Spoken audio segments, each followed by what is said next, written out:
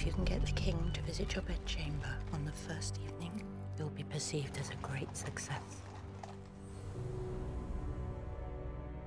Kommer de og besøger mig efter aftens program? Jeg, kong Christian den 7. erklærer hermed krig mod lort. Strunes, hvad vil du sige til at skifte stilling? Hvad er det for en stilling? Kongens livlag. Jeg kan godt lide at drikke, jeg kan godt lide luder med store bryster, og jeg kan godt lide at slås. Og hvad er der galt i det? Hvorfor var det lige mig, der skulle have den kedelige gås, hva'? Gør hende sjov. Jeg vil gerne have en sjov dronning. Jeg tror ikke, de selv er klar over, hvor meget indflydelse det har på Christian og Struense. Jeg tror, du kan blive en fantastisk konge, Christian.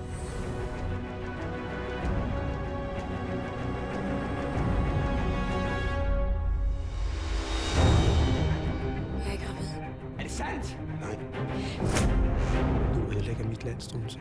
Jeg kan gøre lige, hvad der passer mig. Kongen lader sig diktere direkte af en oplysningsmand. Jeg har ikke lyst til at stå og sørge for graven af dit afhuggede hoved. Du er en skide provinslæge, og nu tror du kraftigt, at du kan styre et helt land. Jeg ved, hvad jeg så.